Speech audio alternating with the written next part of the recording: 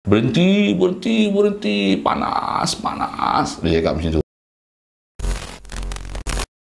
Assalamualaikum warahmatullahi wabarakatuh dan salam sejahtera. Selamat kembali, selamat datang ke channel Tasnim Halil Studio, yang mana semestinya di sini aku berkongsi pengalaman dan kisah benar, pengalaman seram yang berlaku pada diri aku, dan mungkin di masa-masa akan datang aku akan kongsikan pengalaman seram, kisah benar, kisah seram yang berlaku pada orang lain. So, macam biasa, kalau yang belum subscribe, tolong subscribe channel ni dan jangan lupa tekan butang loceng.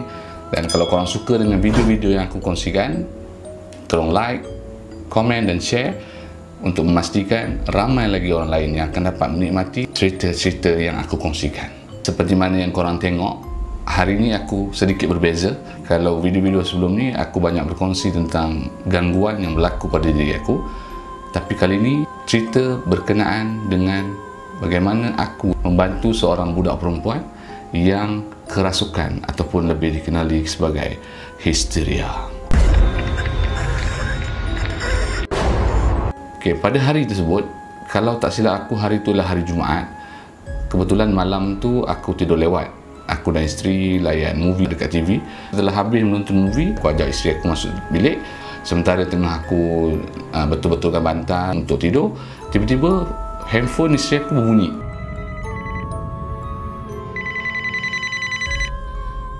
Hello? Dan dia pun mengomel sikit lah. Dia kata, siapa pula yang call pagi ni kan? Okay, dan dia tengok di paparan skrin handphone dia, nama yang tertera di situ ialah Kak Su Unicel. Bukan nama sebenar. Tanpa berlengah, isteri aku pun bercakap dengan kawan dia lah. Aku yang berada di sebelah ambil phone, tengok Facebook sementara menunggu isteri aku habis bercakap dengan kawan dia. Kemudian selang seminit lebih kurang, aku pun selesai bercakap dan dia terus bagi tahu aku, abang, ni Kak Su bagi tahu minta tolong dengan abang, dengan kita. Kawan serumah dia tiba-tiba menjerit-jerit, mengacau-acau kat rumah sekarang ni. Mengacau-acau? Betul, dia minta tolong sangat. Jadi aku pun berfikir sekejap. Waktu dah lewat, dah hampir pukul 3 pagi. Jadi aku kata, adakah sesuai untuk aku keluar waktu itu dan pergi ke sana untuk membantu. Dan ketika itu juga isteri aku dalam keadaan yang kurang sihat. Jadi aku berfikir panjang sebelum nak menentukan sama ada aku nak tolong ataupun tidak. Sedang aku fikir tu, tiba-tiba panggilan daripada kawan isteri aku masuk sekali lagi. Dia kata kawannya meminta tolong sangat-sangat kerana dah tak ada siapa yang boleh membantu. Ketika itulah dah tak ada orang nak minta tolong. Dia pun dah risau sangat, dah pukul 3 pagi, tak tahu nak telefon siapa. Kemudian aku kata tak apalah, mungkin ini takdir yang Allah Ta'ala tentukan untuk membantu mereka. Jadi aku kata tak apa, kita siap dan kita pergi. Aku pun bingkas bangun daripada katil, terus menuju ke bilik air. Aku berwuduk, tukar pakaian, pakai pakaian sesuai macam ni lebih kurang, pakai kopiah putih. Dah siap, aku dan isteri aku pun terus masuk ke kereta dan aku start enjin, terus bergerak menuju ke rumah kawan isteri aku. Su telah bagi location menuju ke arah kondominium Sri Ledang yang berada di Seksyen 10 Wangsa Maju. Perjalanan lebih kurang dalam 10 minit. Sementara perjalanan nak sampai ke sana, aku telah pun bersiap sedia untuk berhadapan dengan apa juga kemungkinan yang akan berlaku, dan aku berdoa kepada Allah Subhanahu Wa Taala dalam usaha membantu bagi menyelesaikan masalah yang sedang berlaku ni. Bila sampai ke kondominium Sri Ledang, aku masuk dan terus menuju ke blok yang tempat tinggal Su dan kawan-kawan ni lah. Bila dah sampai ke bawah tu, aku tengok sekeliling. Kawasan kondominium Sri Ledang memang menyeramkan. Satu kawasan kondo lama yang kawasan tu, kawasan ramai orang tinggal kat situ. Cuma kawasan dia agak ke dalam sedikit. Sunyi dan tengah malam kan, pukul 3 pagi. Isteri aku pun call Su, cakap kami dah sampai di bawah. Sementara menunggu Su turun untuk membawa kita orang naik ke atas, aku telah terima satu signal bahawa apa yang akan aku hadapi ini bukanlah satu kes biasa. Ia mungkin memberikan cabaran yang besar dan juga aku terpaksa sungguh-sungguh lah dalam mengusahakan perkara ni. Kemudian Su pun turun dan bawa kami naik ke tingkat 2 di blok mana aku tak ingat. Sampai ke depan rumah, aku pun masuk, aku beri salam, Assalamualaikum, dan aku tengok sekeliling. Dalam rumah tu ada 3 orang budak perempuan, termasuk Su ada 4 lah. Seorang budak perempuan yang aku rasakan dia lah yang kerasukan tu duduk di atas sofa. Kemudian ada 1 orang budak perempuan duduk dekat meja makan tepi tu, dan seorang lagi berdiri di tepi sofa. Kemudian aku tanya apa sebenarnya yang berlaku kepada Su, dan Su ceritakan, dia kata sebenarnya dia orang dah nak tidur dah tadi dalam pukul 12.30 ni tu. Kawan dia ni pergi bilik air. Selepas habis selesai urusan di bilik air, dia keluar, tiba-tiba dia terjatuh dan dia mula meracau-racau, menjerit-jerit.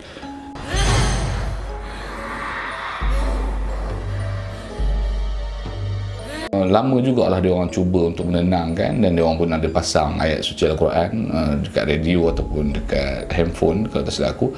Sampailah lebih kurang pukul 3 baru dia call aku untuk datang tolong. Lepas tu aku suruh Su dengan kawan dia ambil telekung dan minta tolong pakaikan kepada budak yang kerasukan ni, sebab dia pakai baju di rumah kan, jadi tidak menutup aurat. Jadi aku kurang selesa untuk buat rawatan juga tu, meronta-ronta lah. Tapi alhamdulillah berjaya disarungkan. Kemudian aku pun mulakanlah proses rawatan. Tapi asalnya aku macam tak nak terlalu serius ataupun tak nak bagi rasa tegang sangat, stres sangat. Jadi aku bermula dengan ringkas, santai. Aku beri salam kat dia, Assalamualaikum. Aku cakap, dia diam tapi dia hanya bunyi berdengus begitu kan.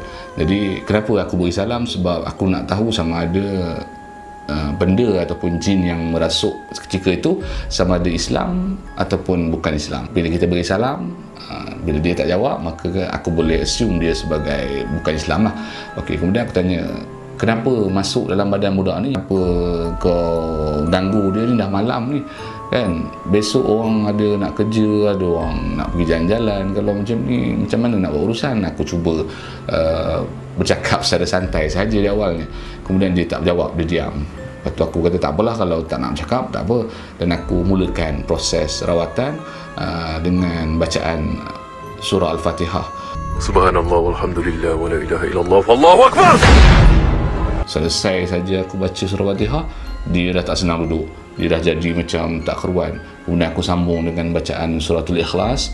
Kemudian aku sambung lagi dengan bacaan suratul Falaq. Kemudian sambung dengan suratul Nas. Dan dia dah mula tak keruan dan dia dah mula menjerit, berhenti, berhenti, berhenti, panas, panas. Dia cakap macam tu. Kemudian aku cakap, okey, kalau panas kau keluar daripada badan budak perempuan ni. Tak nak, tak nak. Dia kata tak nak. Okey, kalau tak nak, aku akan terus baca, aku cakap. Dan kemudian aku sambung lagi dengan bacaan ayatul kursi.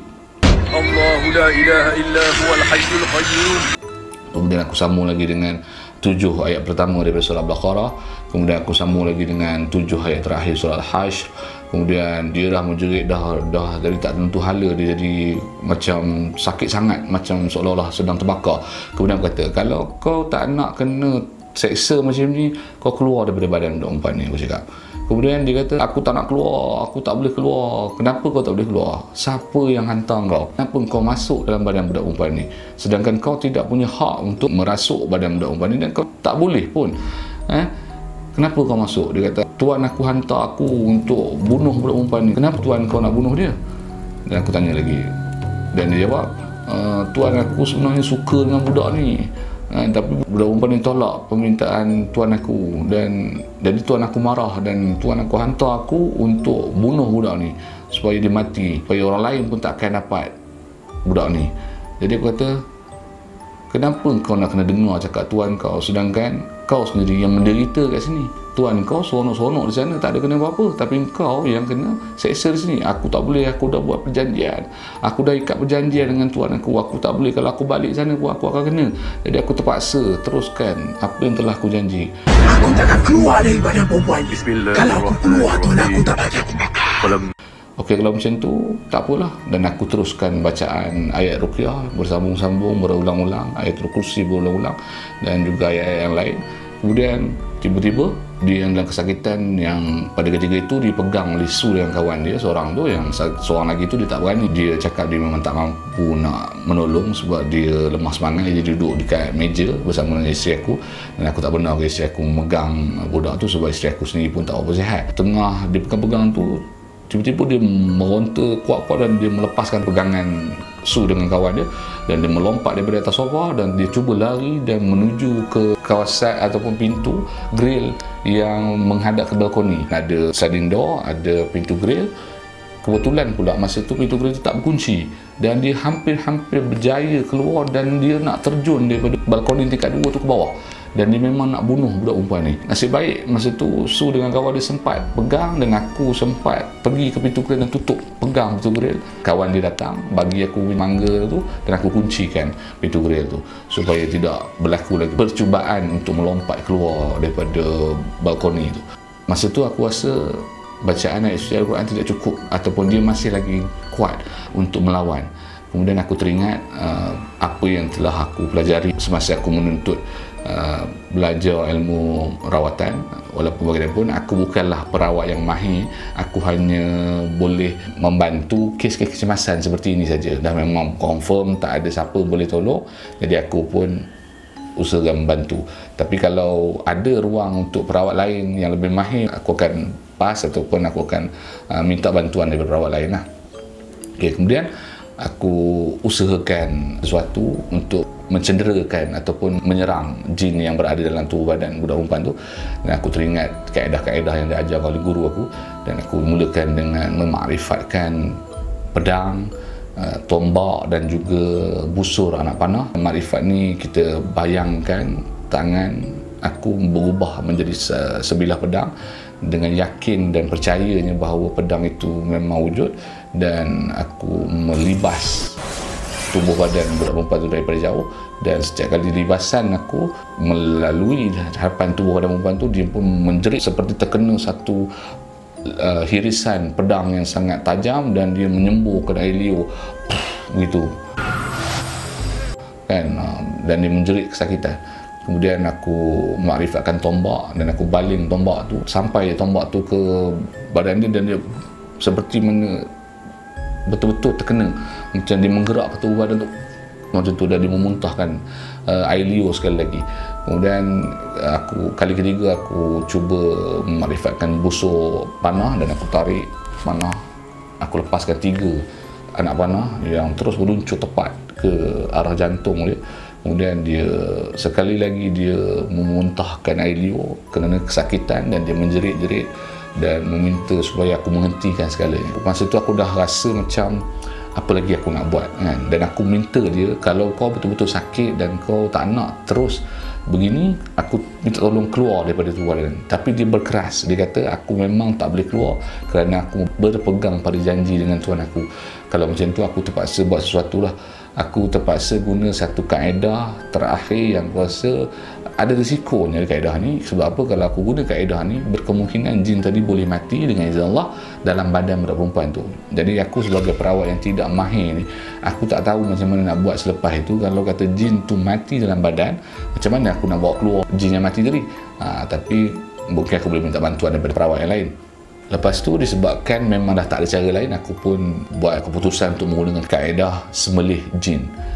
Memang kebetulan aku datang tadi, aku ada bawa satu paku yang agak panjang dan aku gunakan itu sebagai medium untuk menyembelih jin tersebut. Dan sementara aku bersedia untuk menyembelih dia, tiba-tiba pintu rumah Su diketuk. Tok tok tok tok tok tok.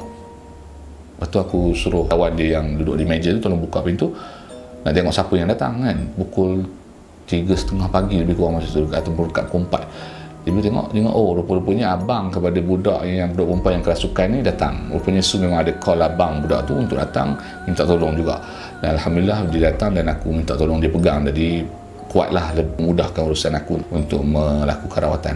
Kemudian aku dah bersedia, aku pegang kepala budak perempuan tersebut dan aku memegang paku tu begini dan aku letakkan di leher dia dengan lafaz bismillahirrahmanirrahim dengan niat untuk memutuskan kepala jin tersebut. Dan aku buat gerakan gaya menyembelih Allahu Akbar, Allahu Akbar, Allahu Akbar dalam pusingan sampai habis. Dan selepas habis saja aku betul-betul terlentuk kepala budak perempuan tu seolah-olah macam dia baru lepas kena sembelih lah, dan air liurnya mula keluar dan meleleh-leleh daripada tepi mulut, tapi dia masih lagi tidak mahu keluar daripada badan. dan dia tidak mati sebab sembelihan aku tidak menamatkan riwayat dia. Dalam masa zaman aku bersyukurlah dia tak mati dalam badan kan, sebab tu akan menyusah lagi selepas itu. Jadi apa yang aku buat lepas tu, aku sekali lagi aku cakap dengan dia, aku minta keluar secara baik ataupun aku akan gunakan sekali lagi kaedah sembelihan. Dan dia kata tolong jangan bunuh aku, dia kata jangan bunuh aku. Kemudian aku pun dah kepenatan masa tu. Jadi dia pun kepenatan, dia pun tidak berdaya lagi, dia pun dah terkulai saja, dah tidak mampu nak berlari ataupun nak ni. Jadi aku suruh pun lepaskan je, letakkan saja di atas lantai. Masa tu dah duduk atas lantai, dah tak duduk atas sofa dah. Kemudian aku duduk sebentar untuk berehat. Dan aku kebetulan masa tu aku ada bawa satu minyak kasturi hitam dan aku sapu kat tapak tangan. Kasturi hitam memang diberi oleh guru aku masa tu aku belajar dulu, dan antara medium untuk merawat juga adalah minyak kasturi hitam. Lepas tu tengah aku duduk rehat tu, selang beberapa saat tiba-tiba budak perempuan ni bangun dan dia memandang ke arah kiri, belah kanan aku lah, dan dia bercakap, tolong mari sini cepat, tolong aku masuklah sini, tolong aku letak lakat ni, marilah sini, masuk sini.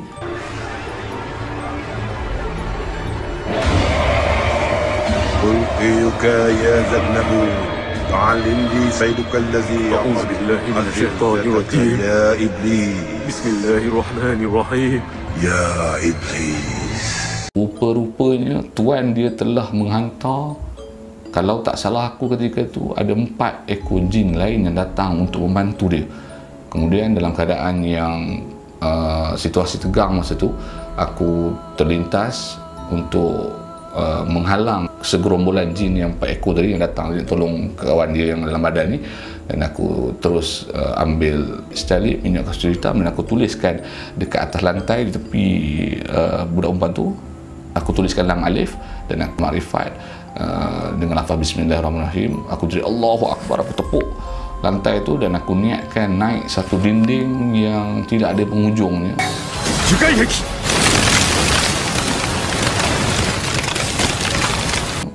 Mengelilingi kawasan kami supaya jin-jin tadi tak dapat masuk. Dan alhamdulillah jin-jin tu berjaya dibina dengan kekuatan keyakinan yang aku buat ketika itu. Dan memang jin yang datang tadi tak dapat masuk dan tak dapat membantu jin yang ada dalam badan budak perempuan tersebut. Sekali lagi aku cakap dengan dia, keluarlah, hari sudah lewat, waktu pun dah lewat, engkau pun dah sakit sangat, engkau pun dah lunyai, engkau tak boleh buat apa dah. Maksudnya dia dah tak mampu untuk berbuat apa-apa lagi ketika itu. Jadi aku nasihatkan dia, keluarlah secara baik dan aku akan lepaskan dia. Kemudian dia kata, tak apalah, dia kata biarlah aku mati dalam badan budak perempuan ni. Kemudian aku masa tu betul-betul dah mati akal sebab aku bukanlah perawat yang mahir. Jadi aku pun cuba dapatkan bantuan ataupun buah fikiran daripada guru aku. Aku telefon masa tu lebih kurang 4:30 pagi dah rasanya. Kemudian aku call guru aku tapi tidak ada sambutan, mungkin guru aku tengah tidur. Kemudian aku cuba dapatkan bantuan daripada rakan perawat yang lain yang memang aku kenali dan memang aku betul-betul tahu tahap dan juga kepakaran dia, iaitu Syekh Ismail.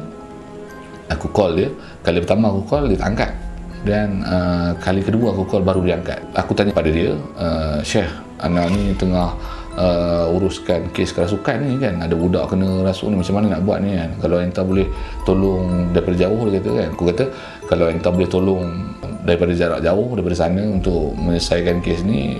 Tapi dia kata, minta maaf, anak sekarang ni dalam waktu berehat sebab masa tu isteri dia baru melahirkan anak dan memang menjadi kelaziman bagi dia kalau anak dia lahir, dia akan bercuti daripada merawat selama 2 bulan. Jadi dia memang tak boleh bantu, dia kata dia memang tak boleh tolong daripada jarak jauh. Jadi aku kata tak apalah kalau tak boleh tolong, tapi ada apa-apa kaedah yang boleh aku gunakan untuk menyelesaikan kes ni. Dia kata tak ada cara lain melainkan aku kena buat bacaan ayat kursi sebanyak 100 kali. Aku cakap 100 kali, biar betul. Ya betul, enta kena baca ayat kursi 100 kali. Dan insya-Allah dengan bacaan ayat kursi 100 kali itu akan menyebabkan dia keluar daripada badan. Okey, aku kata tak apalah, aku dah tak ada cara lain.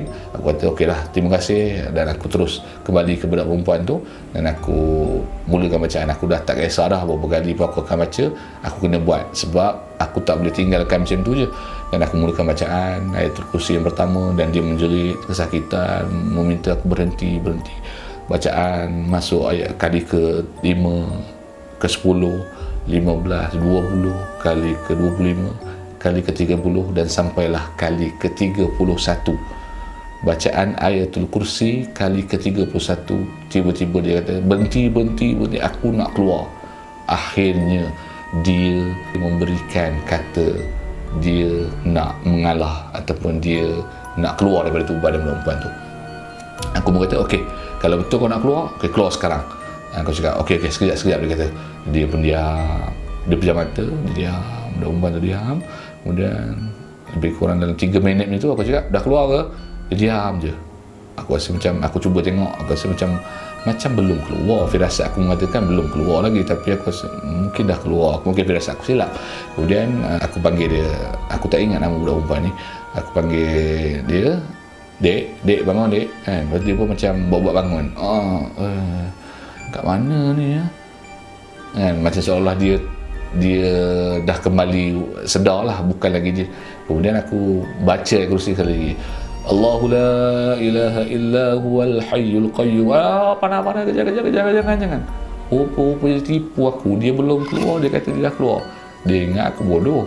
Kemudian aku pun, kalau kau sekali lagi kau tipu aku akan sambung baca ayat kursi sampai 100 kali, biar kau mati terus dalam badan ni. Okey, aku keluar.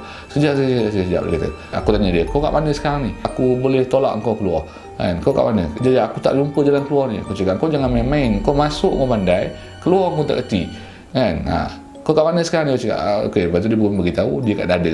Aku kat dada. Okey. Takkanlah aku nak pegang dada budak perempuan kan. Jadi aku pun pegang kaki dia di atas tapak kaki tu. Aku tekan atas tapak kaki dan aku niatkan untuk menolak jin tersebut. Dia kata, okey, keluar kau mulut. Aku cakap, keluar kau mulut. Kemudian aku pun tolak. Budak perempuan tu menggerakkan dada dia macam berombak gitu, dan mulut dia terbuka, seolah-olah ada sesuatu yang keluar. Kemudian dia terus rebah di pangkuan Su, dan dia tak sedarkan diri. Kemudian aku cakap, minta tolong ambilkan segelas air putih untuk aku jadikan air penawar. Kemudian kawan Su yang berada di meja tu pergi ambil air dan bagi pada aku, dan kemudian aku bacakan ayat syifa ke dalam air putih tu, dan aku bagi pada Su. Aku minta dia supaya dia sapu ke muka budak perempuan tu dan supaya dia boleh terjaga. Alhamdulillah, selepas sapuan yang ketiga dan budak perempuan tu mula mensedarkan diri. Bila dia buka mata, kata, siapa ni kan? Kenapa ramai-ramai ni? Abang pun ada, abang buat apa kat sini? Kata. Dia tengok abang dia. Kemudian, ni siapa? Terus Su kata, ni ustaz yang kau tolong tadi kau tak sedar diri. Kata, tak sedar diri. Dia memang tak tahu apa, dia memang tak sedar langsung, dia tak tahu apa yang berlaku. Kemudian aku cakap, okey, tak apa, bagi dia relax sekejap. Aku suruh Su bagi dia minum air tadi. Selepas sapu ada balance lagi sikit, suruh dia minum, dan aku suruh dia duduk atas sofa balik semula. Dan inilah dia antara yang aku nak nasihatkan kepada korang semua, bahawa tolong berhati-hati dalam apa-apa je lah. Dekat akhir zaman ni memang manusia telah kembali kepada sihir. Walaupun zaman semakin moden, tetapi sihir semakin kerap digunakan dengan niat dan tujuan yang jahat lah. Jadi aku nasihatkan kepada korang semua yang menonton video ni, tolong jaga diri masing-masing dan banyakkan beramal. Jangan tinggal solat, dan tolong banyakkan berdoa dan minta kepada Allah Ta'ala semoga Allah jaga kita dan Allah kirimkan malaikat untuk menemani kita, untuk menjaga kita daripada sebarang gangguan. Kemudian aku hadiahkan kepada perempuan tu dengan minyak kasturi hitam yang ke bawah tu. Semoga boleh membantu dia untuk memulihkan semangat dan juga melindungi dia selepas daripada itu. So begitulah cerita pengalaman aku membantu seorang budak perempuan yang kerasukan histeria. Jadi korang rasa macam mana cerita ni? So kalau korang nak dengar lagi cerita seperti ni, jangan lupa subscribe, tekan butang loceng, like, komen dan share supaya ramai lagi boleh tahu dan boleh tonton video aku ni. Semoga kita mendapat manfaat dan jumpa lagi di lain video. Assalamualaikum, bye bye.